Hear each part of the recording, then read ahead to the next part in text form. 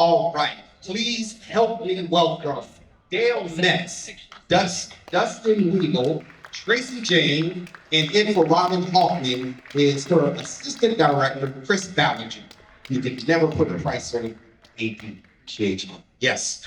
Right after we have this panel discussion, we will actually have a Q&A moment where you can ask the panelists some questions. But first, we want to talk to them about how and why they got involved in filmmaking. The why is probably the most important part, because sometimes the craft finds you instead of you finding the craft, right? So let's start with let's go with ladies first here. Let's start with Tracy. Tracy, why would you say you got started in filming? I eventually sat in the middle so that I could not be first. I saw that. It was why and how. Well, I have been writing short plays, comedies. I call it quickies because they're short and flirty and fun for about 12 years now. I've had them done all over. I use them as excuses to go to places to see them because I love to hear people laugh. So my good creative partner and friend, Stephen Lewis, told me about the Orlando Independent Filmmakers Call a little over a year ago. And he said, this would be a great writing exercise for you, writing for film. I said, you're right, I'm gonna do that. I'm gonna take a short play I wrote, I'm gonna adapt it for the screen where, like, instead of being in a black box, just one theater, you can be in a park and a diner and a police station. So I thought it'd be a really good, help me grow as a writer, which it did. Super exciting. So then, once we got in, I said, okay, great, Stephen, what now? He's like, well, now we make the film. We're not filmmakers. We don't know how to do that. And Stephen, of course, is an actor, has been in films and plays. So we discovered the magic of movie making kind of accidentally. I didn't really think it through. I wasn't sure what would happen next. I just, let's get in. And that's the trick and the beauty of OIF. Beautiful. I love it. Great. Fantastic. Fantastic. All right. And next, let's go back down to the end and talk to Dale. Dale, tell us how and why you became a filmmaker. I sat on the end so I would be last. No. This is not working out for us at all on this. You playing musical microphones. So I retired from the fire department 13 years ago, and when I retired, I gave myself a gift of a Canon 5D Mark II, which is a digital SLR stills camera, because I was really into photography. I had studied some through Valencia State College and really loved that expression and still photography. So it had this feature on it that it did video, and I'm like, well, I'll never use that. It's just a gimmick, I guess, on a still camera. And then I come to find out that Canon's done this marketing campaign where they've hired some fairly prominent DPs, directors of photography, to go out and make these short films with this Canon Mark II. And they were incredible little films. And they even started using the camera as a big camera in the TV series House. And I started looking at it going, well, what does this do? And so I realized it actually took pretty darn good video. And then I started thinking, kind of like Tracy, well, I don't know, I guess I could do that filmmaking thing. And as a deputy fire chief, I did logistics and planning and operations and communications and coordination and risk management and hiring. And I'm like, well, that's what filmmaker does. So I'm like, I could kind of do what I'm maybe missing because now I'm retired and this would fill a space. And so, and then you have the added benefit of, having that artistic expression and getting to work with really cool people and getting to do stuff like this at the Love Your Shorts Film Festival that I've been coming to since their inception 13 years ago. Thank you. Dale, thank you for your service. We greatly appreciate it, sir. All right, let's go next to Dustin. Dustin Weagle, tell us how and why you became a filmmaker. So I think I'm a little bit of an anomaly where I'm 30 years old and I can't remember a time where I didn't want to do this. I remember being 2 years old, first watching Jurassic Park and being like, "This is storytelling. Like, I want to do this." So when I couldn't, I was a kid, I didn't have a camera, so I learned how to draw, and I just draw like comic book panels. When I finally learned how to write words, I put words to those panels. And then when I was 5, my mom got me a Hot Wheels camcorder where I'd record my toys, and eventually graduated to a little handy cam, shoot like music videos or little shorts with my friends in high school. And when they fell off, I didn't. So I went to school for media arts in college and worked my way through there. As soon as I graduated college, did a feature-length film with a production company up in South Carolina, where I was born and raised. Moved down here to Florida 7 years ago now, and been working with a couple of production companies down here, but I've been working with Living Frames for 5 years. And that's really been a good impetus point for learning so much more than even I could learn in film school was being on set. Learning more about the back end of things with the business side of things, and really getting my hands on some really great equipment and working to build my team. And so that's where I come today, where I've been making short films for a long time, and it's really in the past, I'd say 5 years, where I really hit my stride, and I've really been happy with what I've been making. And this was the first time doing OIF, and I ended up walking away with the Best Picture award, which was very surprising to me and very humbling. But yeah, I'm hoping to continue on, and hopefully I'm working on 3 features right now, so hopefully I can get those off the ground. Man, congratulations. That's beautiful. Yeah, I'm gonna need you to go out here and make some mistakes in life like the rest of us did, and come back around and figure out what you want to do. That's a great story. Great story. What school did you graduate from? The University of South Carolina. Okay, all right, gang. I got you. All right, and last but not least, my man Chris Ballinger. Now, Chris, you're in for Robin, but you're a writer, director, producer in your own. I am. Yes. Tell us why and how. Yeah, absolutely. First I have to say, I'm retired from the fire department as well, so that's why I like. Yeah. Beautiful. Thank you for your service. Just had to throw that in there because I'm learning about people up here at the same time as you're learning about them. So, yes, my name is Chris Ballinger. I'm a local filmmaker here as well, and I am filming in for Robin. She had an emergency she had to take care of, so my heart is with her right now as well. But yes, I started as an actor actually in the early 2000s through an ex-girlfriend. I feel like I started everything through an ex-girlfriend. So whether it's good or bad, thank you, not thank you. Thank you for this one because this one was a good thing. Yeah, so I started as an actor. I started taking lessons here in Central Florida and just going on auditions all over the place, from all the way to Miami. I lived in Daytona at the time, so it was Miami, Tampa, Orlando, all over the place. But if you don't know this area is a very commercial place for a lot of stuff. So I was like, man, I want to be in something. So I'm like, what if I made my own films? Then I'll put myself in those films, or at least be part of it in some way. So in 2019, one of my good friends, an actor, John Connon, who we were in film acting class together, I wrote a short script, and I was like, hey, John, I wrote this for you. Will you help me produce it? And John, being the gracious friend that he always was, he's like, sure, why not? Whatever you want to do. So, but it actually took a couple of years. I was just like, no, I can't do this. I don't know what I'm doing. I know the acting side, I just don't know the filmmaking side. So I just said, pretty much screw it, and I'm just going to jump in with all my feet. And John was on my side as well. And I made 3 films back in the 2019, short films that year. So that's pretty much where I got my start, and I'm just continuing making films and writing and directing and stuff like that. So yeah, you just have to get out there and do it. That's beautiful. It's always great. A round of applause. It's always great to hear about the filmmaker's journey, to see, where you came from, and the fact that you came from a completely different field. You were a firefighter. Dale was a firefighter. You come from a different walk in life, and then you decide, hey, this is what I'm going to do for the rest of my life.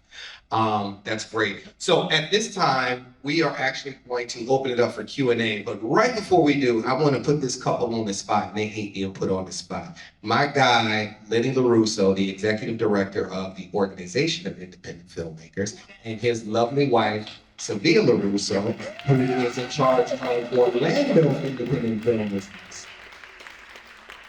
We could not do what we do without you two. Thank you very much. All right, so let's open it up for Q&A. Any questions?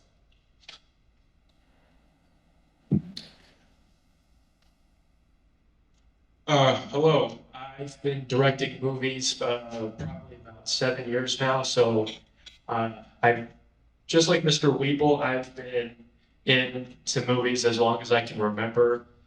There's never been a time where I didn't want to be involved in movies, and I just want to know, who do I contact? Like, how do I start? Because I've been directing, putting them on YouTube and everything like that, and doing stuff in theater at school.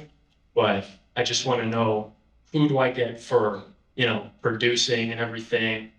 Because I don't need a whole lot. I just need enough. That's my question. Sounds like you're looking for the process and the mentor. So your question is really, how do I get started in this profession, and is there someone that can mentor me? Very much. Cool. All right. Who wants to answer that? I can go. Honestly, getting involved with something like OIF would be a huge thing, because you're entering into a community that's pretty established, that has all of these roles already filled. So you can meet these people like I did. Whenever I first did this, I was the guy standing in the back by myself at the awards gala because I didn't know anybody. But now I've come here and I'm able to speak to all these people that I've met, and they're so wonderful and they're so helpful. And I think that's the big thing, is finding this community that of filmmakers that will help pull you up with them. So it's not like an easy process, but it's definitely a community process. So I'd recommend doing something like that. Some? Just that the support I found being a first-time clueless. Again, I like words, I'm a playwright, but filmmaking and the camera, I knew I didn't have massive skills. So just reaching out to people, it really is a community of independent filmmakers, and if you're not aware, they have these challenges. It's an understatement, the word challenge. You have basically 2 months to make the movie, and that's the magic, is that you rally and you meet people. Robin Hoffman was actually someone who, when I committed to this, I saw she was posting a lot in the group, and I reached out to her and said, I don't know that I can do this. I've never directed anything. I've never made a film. And she and Corey Shipton, who I cast as Max on cell phone, they both kind of just built me up and like, you can do this. That's the magic of these challenges. We help each other and figure it out, and you just have to believe in yourself. It sounds so cliche, but that's the magic of movie making. It's not the sparkly effects. I like the helicopter. The magic is that you can finish it. Is that if you just determine that you're going to do it. I think I'm up here today really only because for any of you thinking about making a film, if I can do it, you can too. So yeah. Chris and Dale. Oh, Sorry. Or Dale and Chris. You do it together? Okay. No, just, because my first one was with OIF, and somebody just said, put in your scripts and go for it. And that's what I did. And I didn't have a crew, I didn't have anybody, I just had a script. So everybody stepped up through this community here in OIF. And before I knew it, I had a whole crew and all the support. So whatever you're interested in as far as filmmaking, because there's every kind of avenue you want to do. I don't know if you like to write, direct, DP kind of thing, whatever you want to do, it's here in Central Florida and growing. So please join this community, and I don't think you'll be disappointed. And the pitch on how to join, because you look kind of young, So you've probably abandoned Facebook, but you're gonna have to come back to it. So, Orlando Independent Filmmakers is the, what you wanna find there, and, they host right now around, I think, about 3 challenges a year. Is that your goal, or are you down to 2 maybe? But because in this last round, you had almost 7, was it, how many scripts? 75 scripts approved, greenlit for production in this latest, what they consider to be a challenge. And then they screen at magnificent theaters, so you get to see your film, you know, in superb glory in a theater. So that's cool. That's what OIF does. Yeah, I'm telling you, it's a beautiful organization, man. You should really get involved. I remember when I got involved in 2016, there were like what, 30 people, 30, 40. And we used to have reunions in like little bars. And now, what, 500 seats won't even do it, right? Yeah, about 8,000 deep in the organization. Young man, what school do you go to? I used to go to Lake Howell. I Oh, graduated. you just graduated from high school? Yeah. Okay, I thought you were in college. Okay, good. Now's a good time for you to get involved so that you can learn about the different processes of filmmaking, and you will naturally find mentors. Just let them know what you're interested in. Thank you. No problem. All right, next question. Gentleman over here. I have 2 questions. The first one is, some or maybe all of you had films tonight. Would you explain which ones you were involved with and what you did?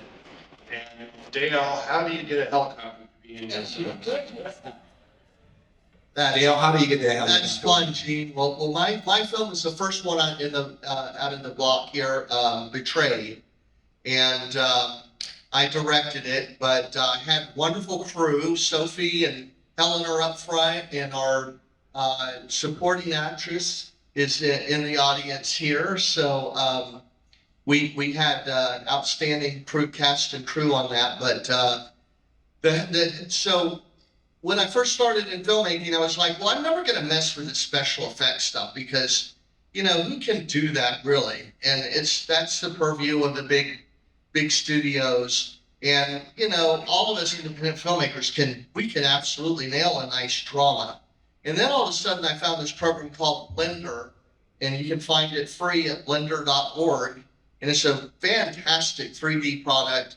Takes a little bit of time to learn, but you can do crazy things with it. So other than this scenes that were on the river or shot with Janice in the car, everything was shot in my house, including the cockpit helicopter scene, the sci-fi room that Janice was in the front of the production. So you can do a lot with green screen.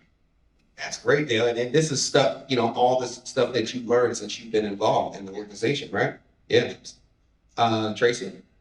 Mine was Men Are Dogs, which was a play first that Stephen Lewis was in.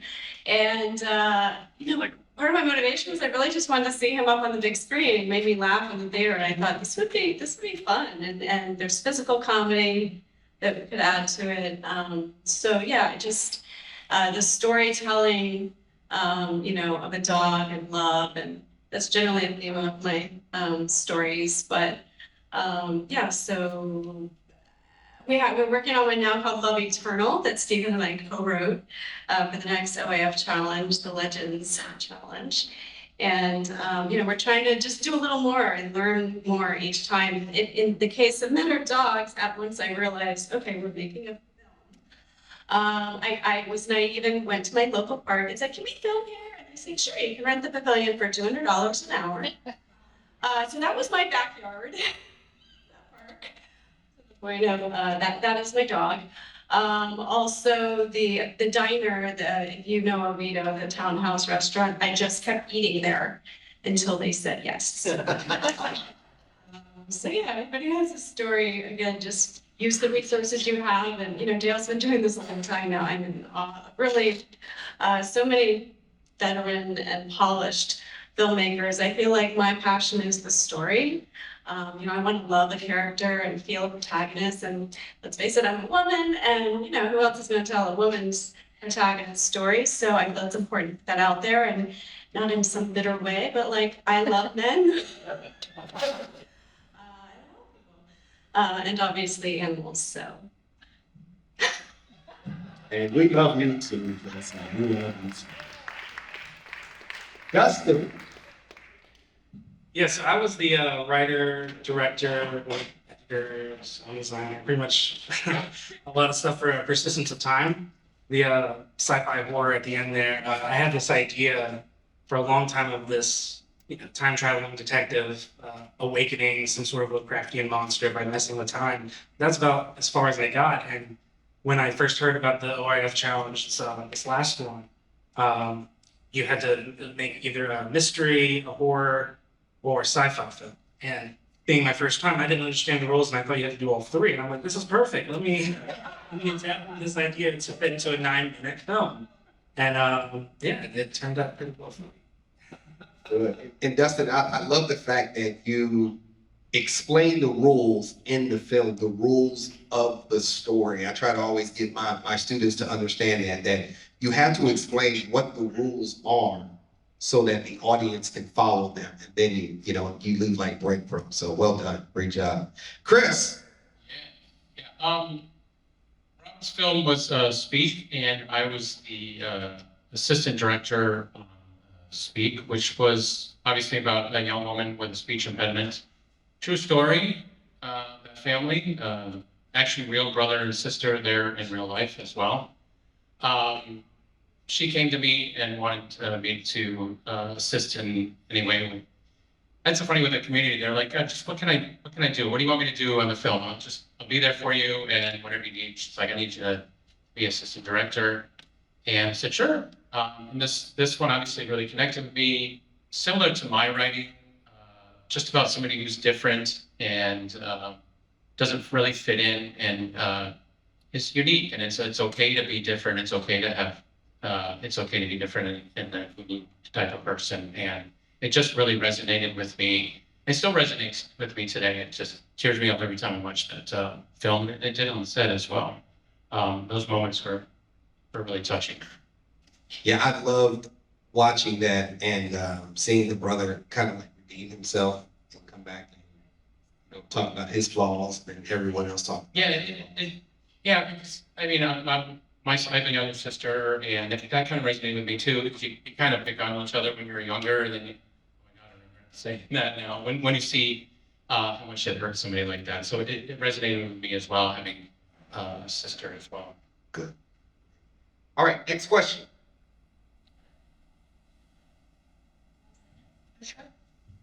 Yes, ma'am. Oh, she is breaking out the book.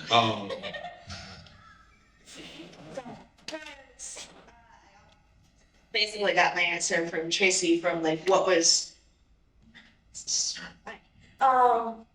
her passion was when it came to making films. Because for me, I realized what I want to do when it comes to making films, and it's kind of just showcasing emotions in life. But I'm wondering, like, for all of you guys, like, do you focus more on the characters and the story, or do you focus more on the vision, basically, or what it looks like?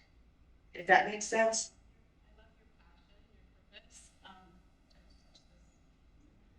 Micah? Oh, hold it closer. I just can't have all the microphones on at one time, so bring them up as you talk. So Sorry. So the question again was, how do you find your passion? How do you find your story? Did I just make up a question? Really, like, you know everything. I'm a bossy person. I want to be able to direct stuff. And I was like, okay, that means I need to learn music composition. That means I need to learn like costume design. I need to learn this, I need to learn that. Is that what directors all know? Like, I'll ask that question. Like, as a director, do you know everything? There are a lot of different subject matter experts in their own certain areas. I'll let Tracy explain. Well, I just want to go back to your thinking about you have this passion, and I like to compare me and Robin. I adore Robin, but her brand and why and her reason for creating films is she always has a film that has some like noble purpose, like helping people, getting awareness of an issue, and it's like she's making the world better. Me, I'm much lower brow than that. I just like to make people laugh. I think the world needs to laugh, and I like flirty humor. Whatever your passion is, that is the thing that's going to keep you going when it's like, how are we going to find a Ferris wheel when carnivals are only in place 10 days at a time? True story. This is what we're trying to figure out now. But it's for your question of trying to be an expert in everything. This stopped me for years.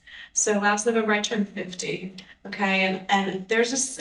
I finished a musical that was actually workshopped in October, but for about 30 years. From when I wrote the first song, I never finished it because I thought, well, I'm not an arranger, and I never had piano lessons, and I can play all these songs, but I don't read music, and therefore I'm not good enough.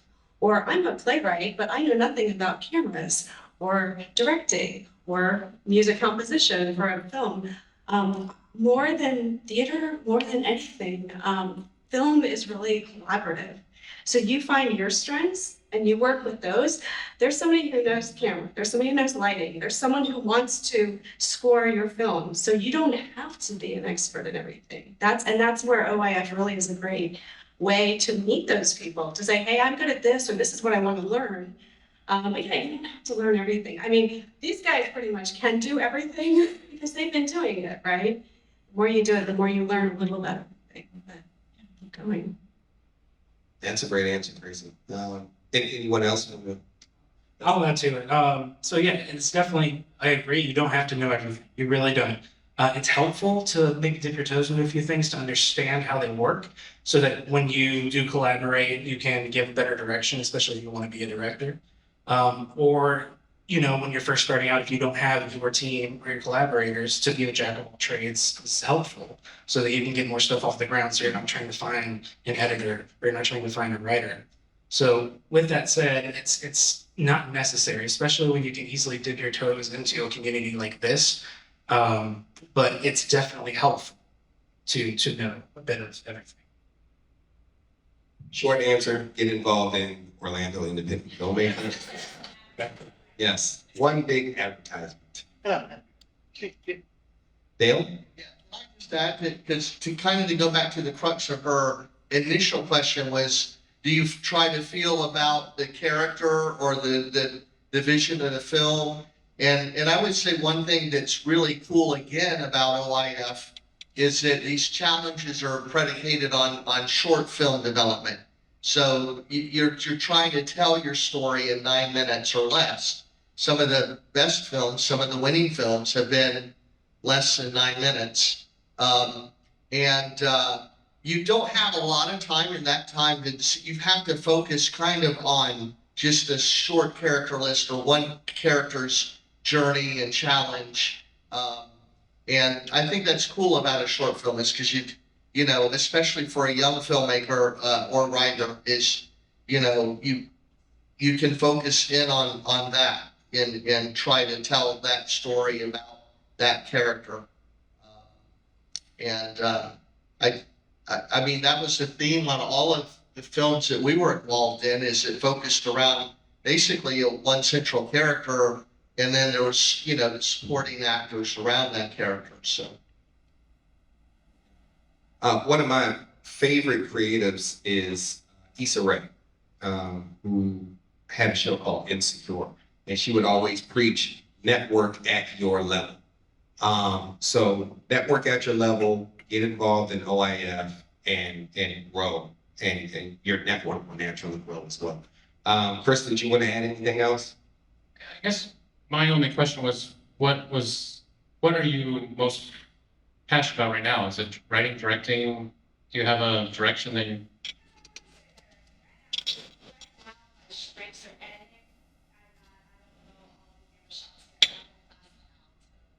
Okay.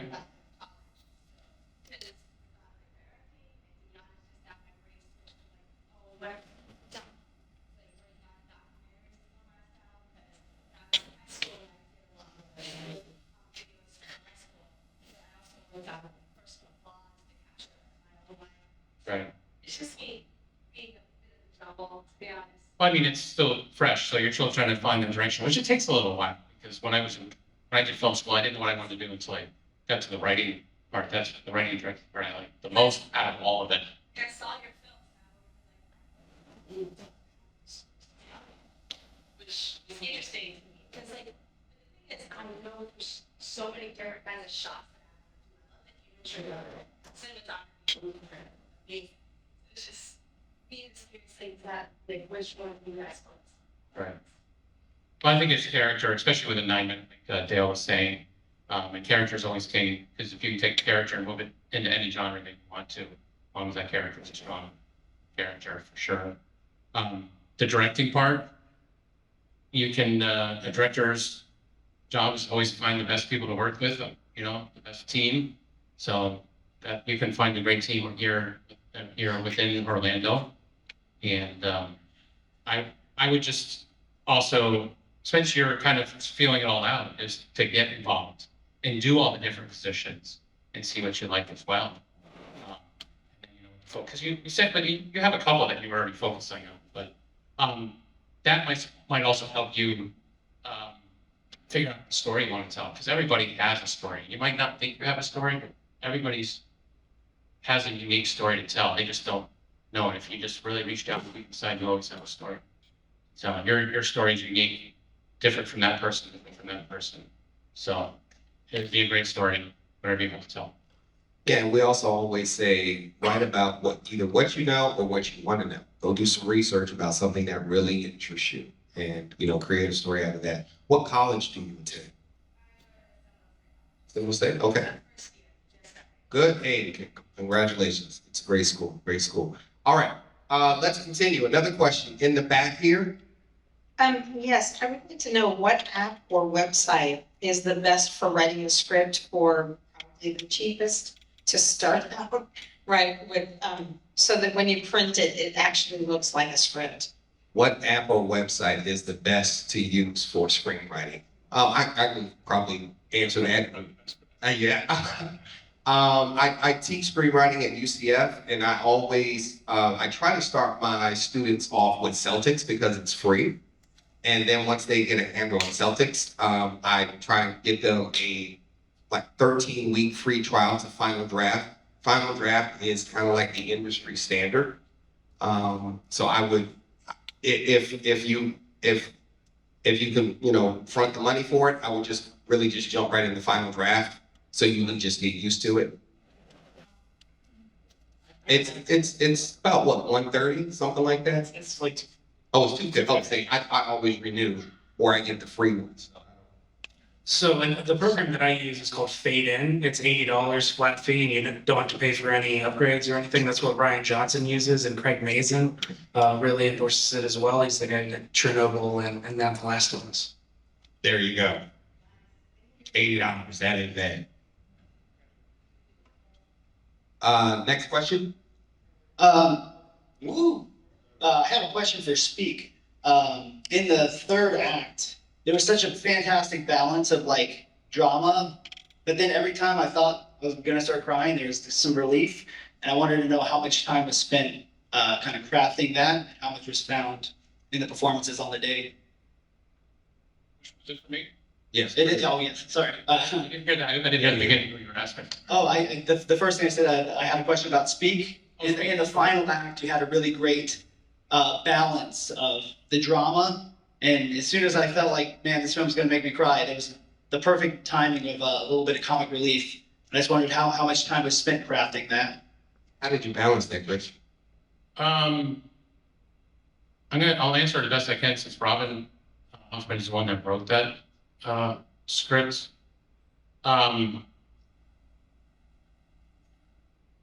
It's well, first she had amazing. Those kids are in class all the time, acting, everything. They're amazing actors. I know with Robin's writing, she's funny too. She has that comedic side as well, and I think to balance that out, she added that in, because I know I worked through some of the big toe. It took a while to get to small big toe. It was other things that were a little more appropriate, but um, she has a great balance when she writes to break that tension a little bit, and bring a little humility to that situation. I don't know if I'm answering your question good enough, but it's hard because I didn't write the script. Sure. I just thought it was a really great balance there. I did too. It was a great balance, and I just have to say, that was a tough day. I'm looking at right the editor and I wouldn't be able to tell anyone. right there because Here. because me and the GP, we made up so many shots for that we ran out of time because we had so many angles and so many shots we want to do. So I'm very happy the way it came out because we had to cut back on the shots that we shot that day. We got a little overzealous of what we wanted to shoot that day and just didn't have the time with it. But I give a lot of credit to Ron for writing that balance, and those kid actors were amazing. Just be able to pull that off. I had one more for Tracy, if that's okay. I noticed your film has some really great callbacks, like the 11/11, and you know what I'm talking about. Then her friend on the phone has it. The burglar comes back, calls back. I thought that was great. What do you know of any resources writing wise that kind of go over techniques for creating that type of answer and call? So She's always the one with the mic off. first, am I on? No. I was in a lot of Neil Simon plays, like over an 18-month period.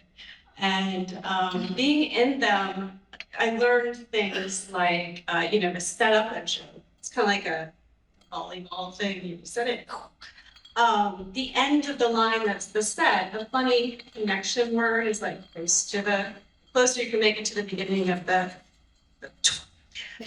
funny it is. Like, because if it's too much time then the audience forgets. So I appreciate you like seeing the seeds, and you plant seeds, but also like just line to line funny. So I think just reading scripts of films or plays or being in them if you're an actor, and analyzing them. Also just find, writerly friends. Is writing kind of your interests, one of your interests?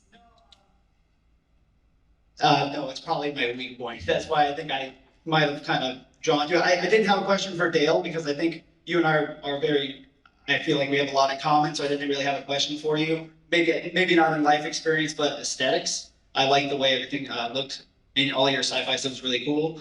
And then also for Dustin, I did want to call. I saw the Overlook Hotel pattern on the bed. I just wanted you to know I saw you. I got you. But no, I think writing is probably a weak point for me. I'm more of a DP. So that I like when I see stuff like I recognize. I'm like, okay, so she got callbacks. What am I doing? So shorter's better. So I have 100,000 words of a novel I was telling somebody about before this. What's great about 10 pages of a play or a short film, and I tend to write more words than most filmmakers are showing, and I do too much dialogue. But anyway, comedy is fast. And so the 9-minute limit is a gift for OIF because I have a play that, the same thing. It's a lot of winding jokes, stuff there. But actually for the film, it's like, all right, what is essential? And it really, when you have to boil down things, you find, so expand and then boil down and just honestly just keep doing it and getting a live audience, where you hear, if comedy is what you're going for. But otherwise, don't ask your friends because they like you. Maybe. Tracy, how many drafts do you actually go through over here? Who's asking? The guy on the stage? Who wants? Me. Bald guy. Oh, hi. Yes, God. Goodness me. Tracy.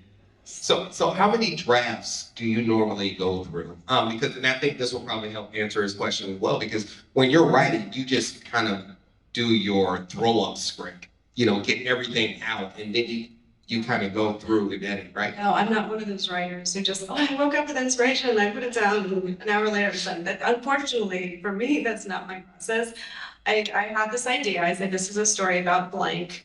It starts with blank, it finishes with blank. At the beginning, the protagonist is blank. By the end, the protagonist is blank. They should be different adjectives, obviously. And then I just start at the beginning, and then I'll like put aside, and then I'll come back to it, and I'll get a little further, and so I don't really save different drafts. I just keep editing it. And Men Are Dogs, but the final monologue I had rewritten it about 7 times. And finally, the actress, and it was at my house, obviously at the park. So right before, she's like, you know, I just feel like I liked that one part in the first draft. I was like, yeah, me too. I was like, well, let's fix it. So we're at the kitchen table, like a minute before we're about to film it, and we fixed it together. So yeah, you can never edit yourself too much. Well, that's my philosophy with me, because I'm so wordy. I just feel like you have to keep looking at the words. I'm never fully satisfied. There's always improvement with words, and less is usually more. And the editing usually happens all the way up until production, and sometimes during production. Okay. Other questions? He's got the mic. Can you hear me? Okay. Sir? Yeah, hey, your films were all excellent. You should be very proud of them. They're really great. I wanted to know, when you were making your films, the films that we watched today, what specifically was the thing that was the most difficult for you, the biggest challenge to accomplish what you were trying to do, and how did you go about solving that problem? What was the biggest problem making it, and how did you solve it? Let's start with Dale. Biggest challenge in the film, and how did you solve it? It was in the middle of COVID, and we had to have a mask on our main character.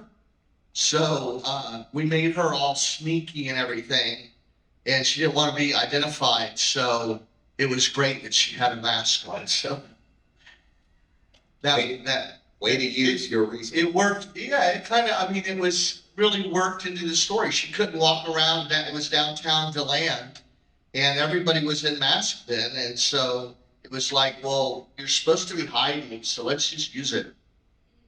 Smart. That's smart. Tracy? The biggest challenge is that I've never done it before. There was a lot of weed eating happening on the Saturday when we were trying to film in my yard, and I ran after the guy at one point, very friendly, can you get that? So that was a little challenging, but really just getting the locations. But pre-production is like you just have to get everything ready, because it's like a wedding day. You're gonna have one chance at this. You know, you're paying people for their valuable time and equipment. Let's not forget this equipment's super expensive and valuable. So you have to get it right. You have to be prepared. So I think the hardest part was just really getting the locations. Like I said, the townhouse, I didn't know we didn't have a location agreement. We didn't get insurance. It was private property. You don't need a permit. Thankfully, we didn't know that, but we didn't have one. So yeah, just kind of like finding where you're going to do it, a closed environment. We also filmed the police station. I thought we were going to go film at a police station. I actually pursued that for a while until I realized that wasn't a thing. So then we realize the beautiful, wonderful people at Studio Lights have a police station. And it was so nice. We ended up filming that scene first and taking our time. And we're so glad we're going back there again for this current film. It's just nice in a studio because you don't have the weed eaters and the people walking by. We filmed our second film at the Oviedo Mall, and people were just trying to get in the film. Like, no matter where we put the camera, people were like, oh, look, I'm just walking by. I'm like right here. We're depth of field. We don't see you. Sometimes there's beauty in not knowing what you don't know. And then you figure it out. You're like, oh my God, this is great. Dustin. For me, the biggest challenge was balancing budget with my ambition. So it's back in 2020, I launched a fairly successful Kickstarter campaign for a short film called Monster in the House, where we were able to raise about $8,000 to make a short film. We shot it over 4 days, and it took me like a year to hit. So then here comes OIF, where I try to do a semi-successful Kickstarter campaign. We raised $2,000, less than $2,000. So it's like, okay, well, we have to get a car, we have to get a location, we have to get all these 1950s costumes, we have to get monster makeup and all this stuff and get it done within 2 months. And so suddenly, everything seems a lot tighter then. But my experience with making a monster in the house was really helpful in helping me balance this budget a lot more and utilize the money in ways that I wish I would have done better and with the previous one. So it's always just a learning view. Yeah, the filmmaking process will really humble you. You know, you budget way out here, and you know, once production starts or when you're pre-production, you begin to scale down not only your budget but also your dream. Kind of like, okay, yeah, I don't need all of that. Yeah, Chris.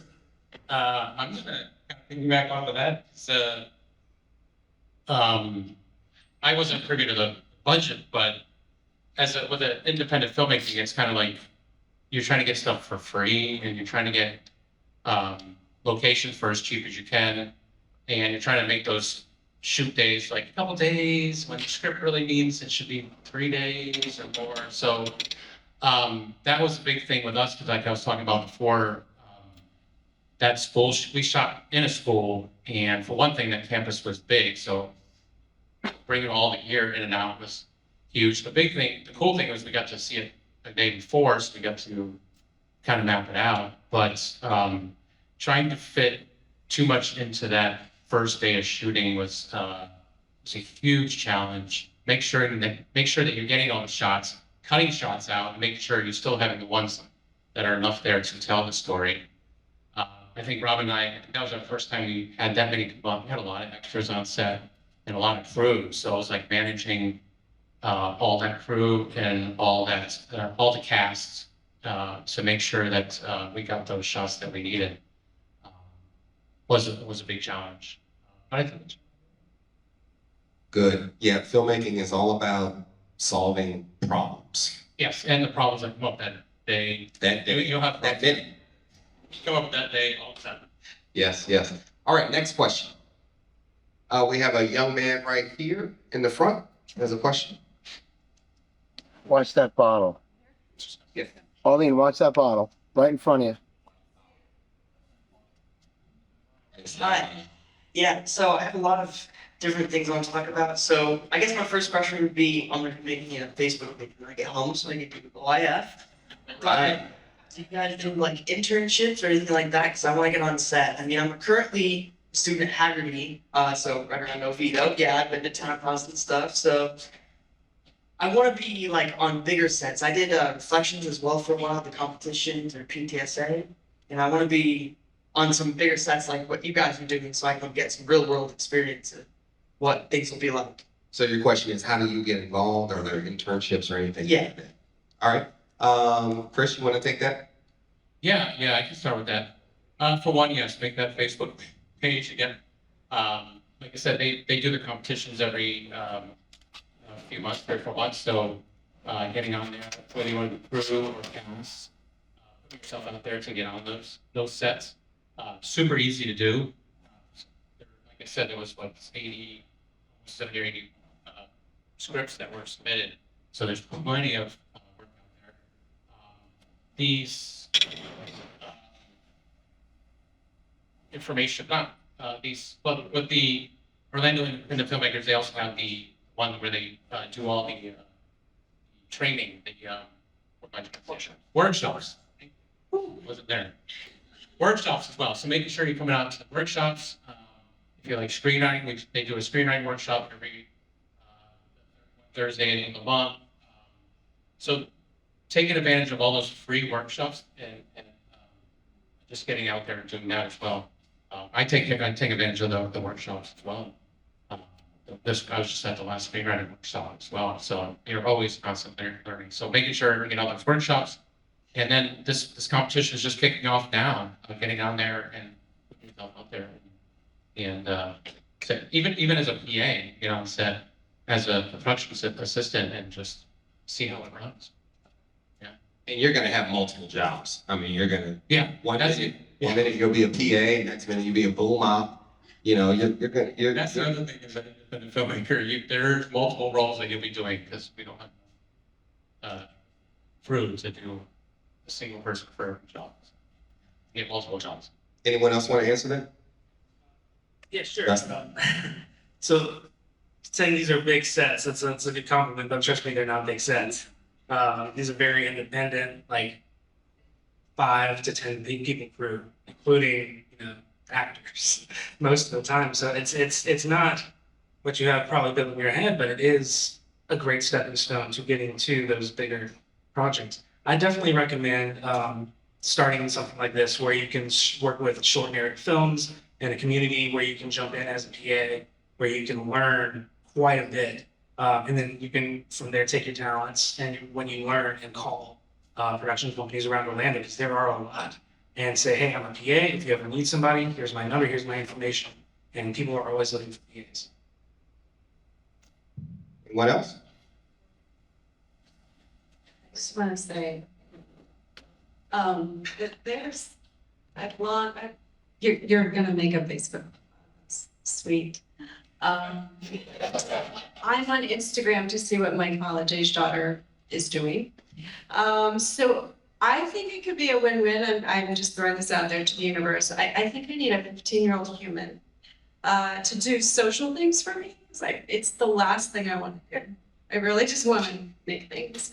But I know that, so there are people who are younger who grew up with this and have these gifts, these superpowers. So there could be win-wins. I wanted to extend to this young woman that if you want to come hang out with us and be part of our set, part of Equal Play Productions, is try to get, not only write female protagonists and have as many female characters as males at least, but also have the crew. So that means some of my mom friends are in the crew who've never, our first AD and our second AC, originally they were script supervisor. I'm like, can you just Google it and go see what you're supposed to do? I don't know. I think you just follow along, I'm not sure. So yes, people need help. We are very independent filmmakers, and there's our symbiotic relationships to be had. And sometimes you just get that call first thing in the morning. Hey, what are you doing today? Nothing. Come be in the film. Yeah. Dale, did you want to jump on that? No? Got it? Okay, perfect. Did that help you? Yeah. Perfect. We look forward to seeing you in the organization, man. Yes. Director myself, working at school, and I'm having trouble trying to keep the budget down. So I wanted to ask what your budget was for the films that you had, and how do you manage it? What were your budgets and how do you manage it, Dale? Well, so my recommendation is always, as Tracy mentioned too, you plan your project around what you have available, especially when you're starting out. That may not help you right now because it sounds like you're already into something and discovering that you need things that maybe you don't have, but there's so many opportunities to tell stories with assets and resources that you probably have, or maybe even things that you don't think about, that your family or friends or people have available. And sometimes if you get out there and ask, Sophie down here directed a film called Jailbait, and we needed to locate it in a barn, and I think Helen, you probably helped locate that, right? Just by getting out on Facebook again. Sorry, folks, but just trying to put the feelers out for those resources. But I would say, probably the most important thing you can do with your budget is, of course, feed your cast and your crew, make them feel appreciated, and beyond that, we have some resources. I did not have a helicopter, but I did have a boat. So, you use what you have, that kind of thing. So, Tracy? I would say a couple things. One is that enthusiasm sells. So if you're super excited about a project, then, if you do a Kickstarter or whatever, other people will want to, help you. But also, the crew and the cast, I think the most important thing is to communicate well. Even if you don't know yet, hey guys, we're still trying to figure out our exact shoot date. We think it's going to be like this. We're chasing a moving carnival, but there will be a Ferris wheel. People value good communication so they can plan. A lot of times, especially in the cast, they're working actors. They're trying to book commercials. They're in plays. They're working at Legoland. There's a lot of logistics. And yeah, it's hard because if you're talking about equipment, And if, you're wanting to be the guy who owns it, I mean, that's just not something I ever aspired to. I can see where that's a huge investment. I've invested more in like other people having those and trying to build a little film family.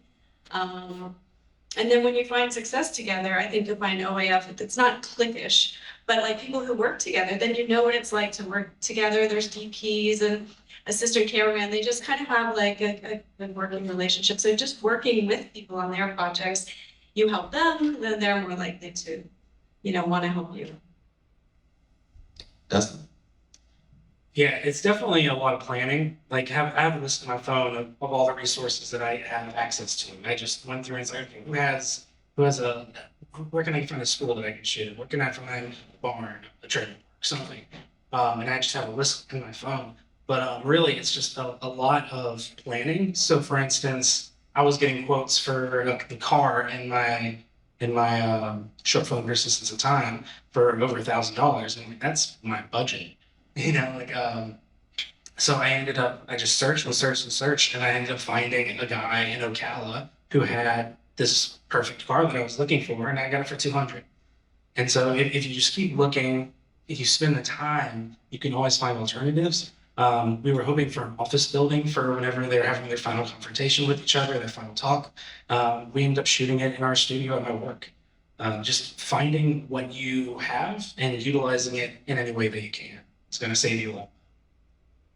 Note to self, steal Dustin's home. Chris? Yeah, I don't think I have the panelists right, because I'm going to ask you a couple of questions. I think it's going backwards here. Where do you go to school? Seminole? Okay. And are you currently working on the film, or you haven't started yet?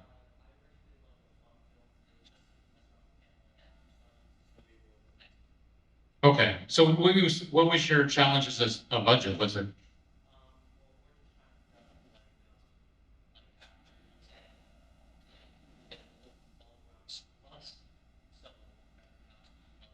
Gotcha. Okay. Yeah, I don't know how much more I can add to what everybody has said up here. But definitely, I think this is an ad for OIF and Facebook tonight, for sure. Because, like I said, there's those resources out there. Because when I shot a TV pilot last year, and I needed a police car, and to rent a police car is like $800 or $900. Like you said, that's the budget right there. But I actually found a guy for $200. So we just have to have those connections, and that works great for houses. I try to make sure I'm shooting. When I did that pilot, I used that house that I used for multiple locations that looked like multiple locations. Even Speak that we did, the doctor's office was the same house we shot the kids in their bedroom and stuff like that. They just redid it as a doctor's office. So just thinking outside the box like that. I always use Airbnb and those kind of things. Like, hey guys. Yes, actually, I've told everybody they've been fine so far, so I'm waiting for that person to go, no, we don't want you. Sure, go ahead. You're looking for a school bus and you're at Seminole State. Seminole High, even better. I mean, they have buses. So you go to the powers that be with your enthusiasm, and you keep, okay, who's the right decision maker, and you keep going around at the maze until you find the person who's like, well, and you put your story idea, like, oh, we give you credits, and you're giving them an opportunity to be on a big screen. And you're a student, and it's good PR, and cross promote, social, and you can sell that. That's been on it. You can get a bus. Good for them. The best thing you can do right now is use the fact that you are a student. Even young lady, you're at Seminole State. Tell everyone you're a broke college student making a film, and you'd like to know if you can use their location, if you can use some of their resources. People hate telling college students now, even more high school students. They hate telling them. I mean, when I was a grad student, I would just knock on doors and ask people, hey, you got a beautiful house. Do you mind if we shoot here? I'm a grad student, by the way. And you wouldn't believe, how many people welcomed us in their house, how much free food we got, stuff like that. So, all right, we've got time for one more quick question. Who do we have here? Anything? I'm not gonna choose. Young lady again? Okay. Final question of the night. But because one thing I didn't know is that I've seen like these are short films, it makes it like easier to make. So how does the payment work and where do these films go to like receive the payment? Are they for fundraisers or do they go in, I don't know, because I've seen people also post trailers of like short films, short films and the previews of movies, like where do yours go? So where do your films go and how do you earn money? It's a good question. Where do your films go and how do you earn money? Dale? I had to disconnect my phone because of all the distributors that were trying to take my road. I really just, I didn't want to set up a whole list of accountants and banking accounts and to deal with the bulk of money coming in. So, not disparaging your question at all, but you know what? This is the carrot right here. Love your shorts. Getting to screen your film in a theater with Orlando independent filmmakers. Getting to meet people and work. And ultimately, as a young filmmaker, you know these short films are your resume builders. So you know I mean that's the real benefit to you. It's worth more than money because if that's your passion and where you want to be in time, then this is how you develop yourself. So, but to be honest, you know, there's not a big market for short films outside of but there's a great festival circuit where you can go and share your work and meet new people and you know, let your film be seen before an audience, and I'm sorry to keep running on panels. Sorry, we've got 2 minutes. Anyone else want to jump in and answer that? Yeah, data also is proof of concept. So, you know, if you have 3 proof of concepts that seem to be successful, they say always have more than one thing to try to sell. So if you then try to write full-length scripts and try to sell that, I have not yet done this myself. But I would also say building on the festival, like Love Your Shorts is the most awesome festival around here, everyone knows. And festivals are great, but you also, you know, sometimes you win, sometimes you lose. It's like a batting average to bat and you keep trying.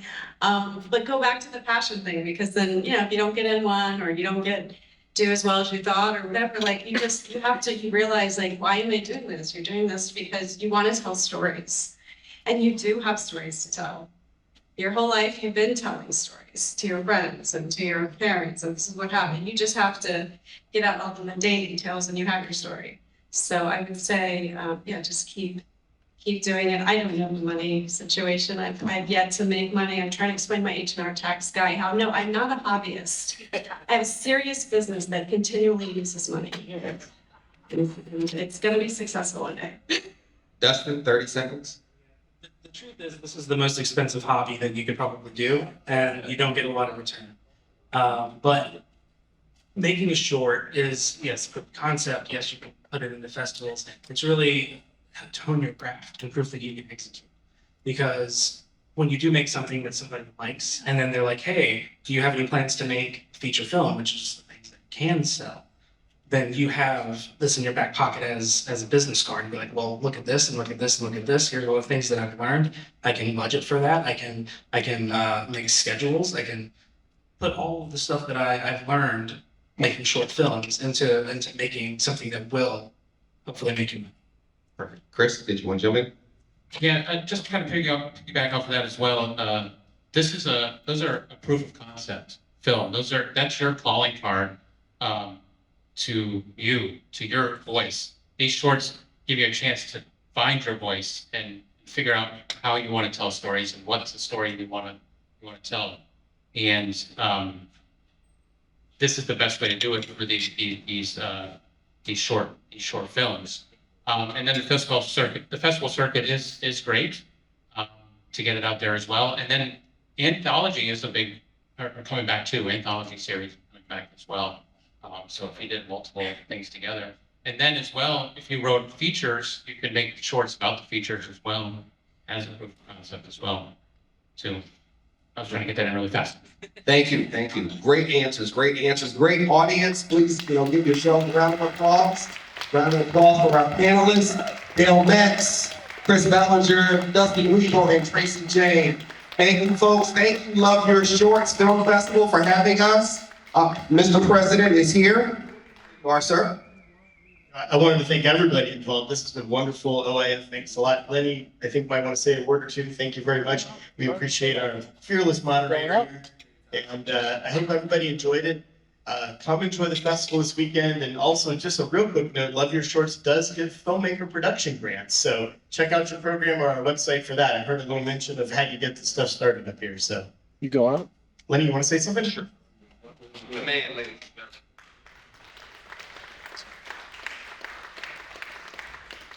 I just wanted to thank everyone for coming here tonight, and I want to thank the Love Your Shorts people, the Wayne Densch Theater, beautiful Art Deco theater, has been around for how many years, sir? Just celebrated 100 years. 100 years. So happy to be here. I'd like to thank everyone on the panel.